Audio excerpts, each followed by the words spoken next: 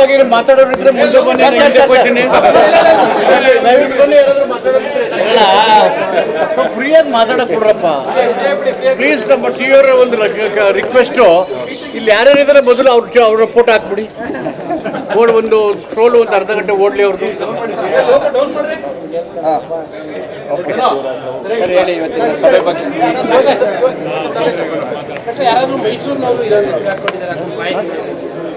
ಇಲ್ಲ, ಮೈಸೂರವರು ಇದಾರೆ ಸೇರ್ತಾರೆ, ಇನ್ನೂ ಮಾಹಿತಿ ಇಲ್ಲ. ಮಾಹಿತಿ ಬಂದರೆ ಈಗಾಗಲೇ ರಾಜ್ಯ ಸರ್ಕಾರ ಹೇಳಿದ ನಮ್ಮ ಕನ್ನಡಿಗರನ್ನು ರಕ್ಷಣೆ ಮಾಡೋದಕ್ಕೆ ನಾವೆಲ್ಲ ಕ್ರಮ ತಗುತ್ತೆ. ಮುಖ್ಯಮಂತ್ರಿಗಳು ಹೇಳಿದ್ದಾರೆ, ಉಪಮುಖ್ಯಮಂತ್ರಿಗಳು ಹೇಳಿದ್ದಾರೆ. ಎಲ್ಲ ನಮ್ಮ ಡ್ಯೂಟಿ, ಅದು ನಮ್ಮ ಕರ್ತವ್ಯ. ಕೇಂದ್ರ ಮತ್ತು ರಾಜ್ಯ ಸರ್ಕಾರಗಳು ಸಮನ್ವಯದಿಂದ ನಮ್ಮ ದೇಶದ ಜನರನ್ನು, ಕರ್ನಾಟಕದ ಜನರನ್ನು ರಕ್ಷಣೆ ಮಾಡೋದು ನಮ್ಮ ಕರ್ತವ್ಯ. ನಮ್ಮ ಕ್ಷೇತ್ರದ ವ್ಯಾಪ್ತಿ ಇದೆ ಇರುವಂಥದ್ದು KCC ಕಾರ್ಖಾನೆ ವಿಚಾರದಲ್ಲಿ ಅಲ್ಲಿ ಒಂದು ಕ್ರೀಡಾಂಗಣ ಸ್ಥಾಪನೆ ಮಾಡ್ತಾ ಇದ್ದೀರಿ, ಇಡೀ ಕಾರ್ಖಾನೆನೇ ಮುಚ್ತೀರಿ ಅನ್ನೋ ರೀತಿಯಲ್ಲಿ ಪ್ರತಿಭಟನೆಗಳು ಶುರುವಾಗ್ತಿದೆ. ನಮಗೆ ಆಶ್ಚರ್ಯ ಏನು ಅಂದರೆ, ನಾವು ಯಾವ ಕಾಲಕ್ಕೂ ಯಾವ ಸಂದರ್ಭದಲ್ಲೂ ಕಾರ್ಖಾನೆಯನ್ನು ಮುಚ್ಚಿ ಅನ್ಯ ಉದ್ದೇಶಕ್ಕೆ ಜಾಗನ ಮಾಡಿಸುವಂಥ ಯಾವ ಪ್ರತಿಷ್ಠಿತ ನಿಲುವು ಇಲ್ಲವೇ ಇಲ್ಲ. ಯಾಕೆ ಕೆಲವರು ಹಿಂಗೆ ಪ್ರತಿಯೊಂದನ್ನು ರಾಜಕೀಕರಣಗೊಳಿಸ್ತಾರೋ ನಮಗೆ ಗೊತ್ತಿಲ್ಲ. ಸಂಬಂಧಪಟ್ಟ ಮಂತ್ರಿ ವೆಂಕಟೇಶ್ ಅವರು ಚರ್ಚೆ ಮಾಡಿದ್ದಾರೆ ಅಲ್ಲಿಯ ಕಾರ್ಮಿಕರ ಜೊತೆಗೆ. ನಾವು ಎಲ್ಲ ಹೇಳಿದ್ದೀವಿ, DC ಅವರು ಹೇಳಿದ್ದಾರೆ. ಅಲ್ಲಿ ಸಿಲ್ಕನ್ನು ಉತ್ಪಾದನೆ ಬಿಟ್ಬಿಟ್ಟು ಆಟ ಆಡೋಕ್ಕೆ ಅದು ಯಾರಾದರೂ ಮುಚ್ತಾರ? ಅದು ಹುಡುಗಾಟಿಕೆನ? ಅದನ್ನು ಉಳಿಸ್ಕೊಂಡು ಅದರ ಜಾಗ ಅವಶ್ಯಕತೆ ಇಲ್ಲ ಅಂದಾಗ ಅದರ ಎಕ್ಸ್ಪ್ಯಾನ್ಷನ್ಗೆ ಬೇಕಾದಂಥ ಜಾಗ ಇದರಿಂದ ಲಭ್ಯ ಆಗಲ್ಲ ಅಂತ ಅನಿಸಿದ್ರೆ ಅದನ್ನು ಮಾಡ್ಬೋದು. ಇಲ್ಲದಿದ್ದರೆ ಪರ್ಯಾಯ ಮಾರ್ಗನ ಹುಡುಕ್ಬೋದು. ಯಾವ ಪ್ರತಿಷ್ಠೆನ ಮೇಲೂ ನಿಂತಿಲ್ಲ ಸರ್ಕಾರ. ಅನವಶ್ಯಕವಾಗಿ ಗೊಂದಲನ ರಾಜಕೀಯ ಯಾಕೆ ಮಾಡ್ತಾರೋ ಗೊತ್ತಿಲ್ಲ. ಬಟ್ ಆದ್ರೂ ಅವರು ನಮ್ಮ ಸಿರಿಕಲ್ಚರ್ ಮಂತ್ರಿಯವರು ಇಲ್ಲೇ ಹೇಳಿದ್ದಾರೆ, ಅವನ್ನೆಲ್ಲ ಕರೆದು ಮಾತಾಡಿದ್ದಾರೆ, ಜಿಲ್ಲಾಧಿಕಾರಿಗಳು ಹೇಳಿದ್ದಾರೆ. ನನ್ನನ್ನು ಕಳೆದ ವಾರ ನಾನು ಮತ್ತು ಮುಖ್ಯಮಂತ್ರಿಗಳನ್ನು ಯದುವೀರವರು ಭೇಟಿಯಾಗಿರು ಏರ್ಪೋರ್ಟಲ್ಲಿ. ಅವರು ನಮ್ಮನ್ನು ಭೇಟಿ ಮಾಡಿ ಮನವಿ ಕೊಟ್ಟಿದ್ದಾರೆ. ಇಲ್ಲಿ ಏನು ಪ್ರತಿಷ್ಠೆ ಇಲ್ಲವಲ್ಲ ಸರ್ಕಾರದ್ದು. ಇಲ್ಲರಿ ಆಗಲೇಬೇಕು ಮಾಡಿಬಿಡ್ತೀವಿ ಹೋಗಿ ಅಂತ ಇಲ್ಲವೇ ಇಲ್ಲ. ಸಿರಿಕಲ್ಚರು ನಮ್ಮದು ವಿಶ್ವವಿಖ್ಯಾತ ರೇಷ್ಮೆ. ಟಿಪ್ಪು ಇದ್ದಾಗ ರೇಷ್ಮೆನ ತಂದಿದ್ದು ಭಾರತ ದೇಶಕ್ಕೆ. ಅದನ್ನು ಮೈಸೂರು ಒಡೆಯರವರು ಇದಕ್ಕೆ ಮೈಸೂರು ಸ್ಯಾಂಡ್ಲು, ಮೈಸೂರು ರೇಷ್ಮೆ ಇವನ್ನೆಲ್ಲ ಅಂತಾರಾಷ್ಟ್ರೀಯ ಮಟ್ಟದಲ್ಲಿ ಪ್ರಖ್ಯಾತಿಗೊಳಿಸಿ ಉತ್ಪಾದನೆ ಮಾಡ್ತಾಯಿರೋದು. ಯಾವ ಕಾರಣಕ್ಕೂ ಅದನ್ನು ಮುಚ್ಚಿಸೋದು ಇಲ್ಲ, ಸ್ಥಗಿತಗೊಳಿಸೋದು ಇಲ್ಲ, ಎಕ್ಸ್ಪಾನ್ಷನ್ಗೆ ಬೇಕಾದಂಥ ಅನಾನುಕೂಲ ಸೃಷ್ಟಿ ಮಾಡೋದೂ ಇಲ್ಲ. ಅನವಶ್ಯಕವಾಗಿ ರಾಜಕೀಯ ಮಾಡೋದು, ಗೊಂದಲ ಮಾಡೋದನ್ನು ನಿಲ್ಲಿಸಬೇಕು ಅನವಶ್ಯಕವಾಗಿ. ಅದಕ್ಕೆ ಅಲ್ಲಿ ಸ್ಥಗಿತ ಆದಾಗ ಸಿರಿಕಲ್ಚರ್ ಉತ್ಪಾದನೆ ರೇಷ್ಮೆ ಕಡಿಮೆ ಆದಾಗ ಕಾಲಕ್ಕೆ ಹಣ ಕೊಡ್ತಿದ್ರು ಸಿದ್ದರಾಮಯ್ಯ ಸರ್ಕಾರ. ಮಾತಾಡೋರು ಯಾರು ಬಂದು ಹೆಣ್ಣು ಕೊಟ್ಟಕ್ಕೆ ಹೋಗಿಲ್ಲ. ಸುಮ್ಮನೆ ಯಾಕೆ ರಾಜಕೀಯ ಮಾಡ್ತಾರೆ ಡೆವಲಪ್ಮೆಂಟಲ್ಲಿ? ನನಗೆ ಸಿರಿಕಲ್ಚರ್ ಕಾರ್ಯದರ್ಶಿ ಗಿರೀಶ್ ಅವರು, KSIC MD ಅವರೆಲ್ಲ ಸೀನಿಯರ್ಸ್ ಆಫೀಸರೆಲ್ಲ ಒಂದು 2-3 ದಿನದಿಂದ ನಮ್ಮ ಮನೆಯಲ್ಲಿ ನನ್ನ ಭೇಟಿ ಮಾಡಿದರು. ಗುರುವಾರ ಕ್ಯಾಬಿನೆಟಲ್ಲಿ ಅವತ್ತು ದಿನ ಮಧ್ಯಾಹ್ನ ಒಂದು ಭೇಟಿಯಾಗಿದೆ. ನನಗೆಲ್ಲ ಅವರು ಡೀಟೇಲಾಗಿ ಹೇಳಿದ್ದಾರೆ. ಒಟ್ಟು 14 ಎಕರೆ ಜಮೀನಿದೆ. ಅದರಲ್ಲಿ 3.5 ಎಕರೆ ಅದು ಸಿರಿಕಲ್ಚರ್ ಮಾರ್ಕೆಟ್ಗೆ ಅಂತ ಹೇಳ್ತಾರೆ. ಸಿರಿಕಲ್ಚರ್ ಮಾರ್ಕೆಟಲ್ಲಿ ನಡೆಯೋದಿಲ್ಲ, ಅದಕ್ಕೆ ಸುಮ್ಮನೆ ರಿಸರ್ವ್ ಇಟ್ಟಿದ್ದಾರೆ. ಅವ್ರು ಬಂದಿರೋದು ಇನ್ನು 1.5 ಎಕರೆ ಕೊಡಿ ಸರ್, 1.5 ಎಕರೆ ಸಾಕು ನಮಗೆ ಅಂತ ಹೇಳಿದ್ದಾರೆ. ಇಷ್ಟೆಲ್ಲರ ನಡುವೆನೂ ಗಾಬರಿ ಆಗಬೇಕಾದ ಅಗತ್ಯ ಇಲ್ಲ. ನಾನು ಜಿಲ್ಲಾಧಿಕಾರಿಗಳಿಗೆ ಸೂಚನೆ ಕೊಟ್ಟಿದ್ದೀನಿ. ಸ್ಪೋರ್ಟ್ಸ್ ಕಮಿಷನರ್, ಸಿರಿಕಲ್ಚರ್ ಆಫೀಸರ್ಸು ಎಲ್ಲರನ್ನೂ ಕರೆದು ಮೀಟಿಂಗ್ ಮಾಡಿ ಸ್ಥಳಕ್ಕೆ ಪರಿಶೀಲನೆ ಮಾಡಿ, ಒಂದು ಸಣ್ಣ ಕೂದಲಷ್ಟು ಈ ಒಂದು ತೀರ್ಮಾನದಿಂದ ಅನಾನುಕೂಲ ಆದರೆ ಅದನ್ನು ಮುಟ್ಟಕ್ಕೆ ಹೋಗಬೇಡಿ. ನೀವು ಸ್ಥಳ ಪರಿಶೀಲನೆ ಮಾಡಿ, ಎಲ್ಲರೂ ಒಂದು ಮೀಟಿಂಗ್ ಮಾಡಿ. ನಮ್ಮ ಆದ್ಯತೆ ಅಲ್ಲಿ ಸಿಲ್ಕ್ ವಿಲೇಜರು ಉತ್ಪಾದನೆ ಆಗಬೇಕು. ಆ ಸಿಲ್ಕ್ನ ಉತ್ಪಾದನೆಗೆ ಯಾವುದೇ ತೊಂದರೆ ಆಗಬಾರ್ದು. ಅಲ್ಲಿ ಕಾರ್ಮಿಕರಿಗೆ ಯಾರೂ ಅನಾನುಕೂಲ ಆಗಬಾರ್ದು. ಆ ರೀತಿಯಲ್ಲಿ ಹೋಗಿದ್ರು ಸ್ಪೋರ್ಟ್ಸ್ ಕಮಿಷನ್ನ ಸಿಲ್ಕ್ ಅವರೆಲ್ಲ ಕರೆದಿದ್ದಾರೆ. ಸ್ವತಃ ನೀವೇ ಹೋಗಿ ಸ್ಥಳಕ್ಕೆ ಪರಿಶೀಲನೆ ಮಾಡಿ. ಸೊ ಅದನ್ನು ನೋಡಿಕೊಂಡು ಅದು ಆಗೋದೇ ಇಲ್ಲ, ಅನಾನುಕೂಲ ಆಗುತ್ತೆ ಅಂದರೆ ಪರ್ಯಾಯ ಮಾರ್ಗ ಹುಡುಕ್ತೀವಿ. ಅದನ್ನು ಪ್ರೆಸ್ಟೇಜು ಮಾಡೋದೇ ಇಲ್ವಲ್ಲ ಸರ್ಕಾರ.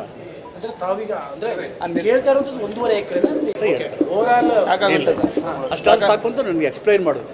ಬಟ್ ಸ್ಟಿಲ್ ನಮ್ಮ ಇಂಪಾರ್ಟೆಂಟ್ ಸರ್ಕಾರದ್ದು ಸಿಲ್ಕ್ ವಿಲೇಜರ್ ಕೆಲಸ ಮಾಡೋದು.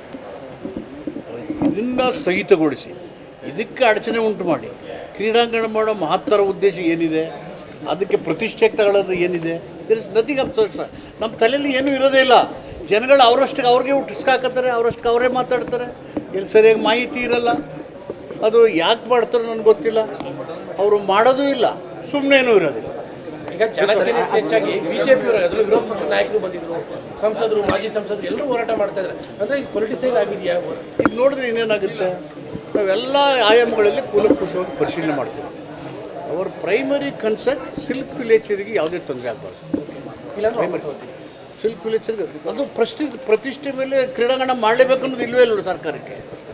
ಈಗ ಸುಮ್ಮನೆ ಒಂದು ಮಾರ್ಕೆಟ್ಗಿಂತ ಇಟ್ಟಿರೋ ಖಾಲಿ ಬಿದ್ದಿದ್ದ ಜಾಗ ಸುಮ್ಮನೆ ಹಾಗೆ ಬಿದ್ದಿದೆ ಅದು. ಸೊ ಅದು ಉಪಯೋಗಕ್ಕೆ ಬರದೇ ಇದ್ದಾಗ, ಒಂದು ವೇಳೆ ಆ ಜಾಗ ಇದಕ್ಕೆ ಉಪಯೋಗ ಆಗುತ್ತೆ ಅಂದಾಗ ಪ್ರಯಾರಿಟಿನೇ ಇದು ನಮಗೆ. So that's all the subject. ಕೂಡ ಮಾತಾಡಿದ್ರು, ಅಂದರೆ ಕಾಂಗ್ರೆಸ್ಸಲ್ಲಿ ಆಗ್ತಿರುವಂತಹ ಗೊಂದಲು ಬೇಗ ಬಗೆಹರಿಬೇಕು, ಬಗೆಹರಿದಿದ್ರೆ ಆಘಾತ ಅಪಘಾತ ಎರಡೂ ಆಗ್ಬಿಡುತ್ತೆ ಪಕ್ಷಕ್ಕೆ. ಇದೆಲ್ಲವೂ ಹೈಕಮಾಂಡ್ ತೀರ್ಮಾನಕ್ಕೆ ಇರೋದು ಅಂತೇಳಿ ಮುಖ್ಯಮಂತ್ರಿಗಳು, ಉಪಮುಖ್ಯಮಂತ್ರಿಗಳು, ನಾನು ಎಲ್ಲರೂ ಹೇಳ್ತೇನೆ.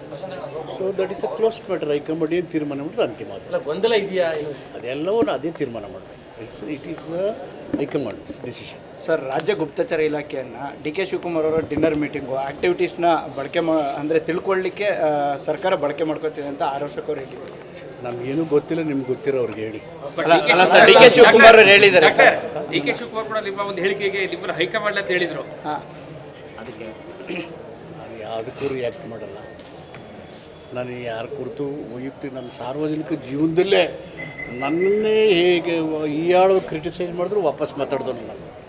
I speak on ideology, I stand on principles. Sir, ಒಳಮೀಸಲಾತಿ ವಿಚಾರದಲ್ಲಿ ಹಿಂದಿನ ಪ್ರಕರಣ ಮಾಡ್ತೀವಿ ಅಂತ ಸಾಕಾಗುತ್ತೆ.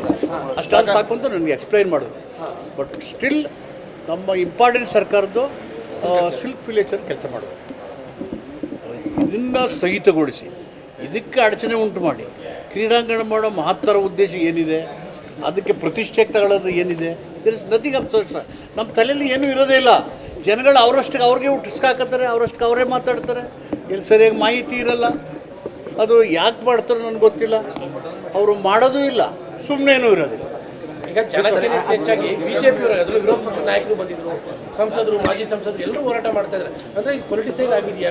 ಇದು ನೋಡಿದ್ರೆ ಇನ್ನೇನಾಗುತ್ತೆ, ನಾವೆಲ್ಲ ಆಯಾಮಗಳಲ್ಲಿ ಕೂಲಂಕುಷವಾಗಿ ಪರಿಶೀಲನೆ ಮಾಡ್ತೀವಿ.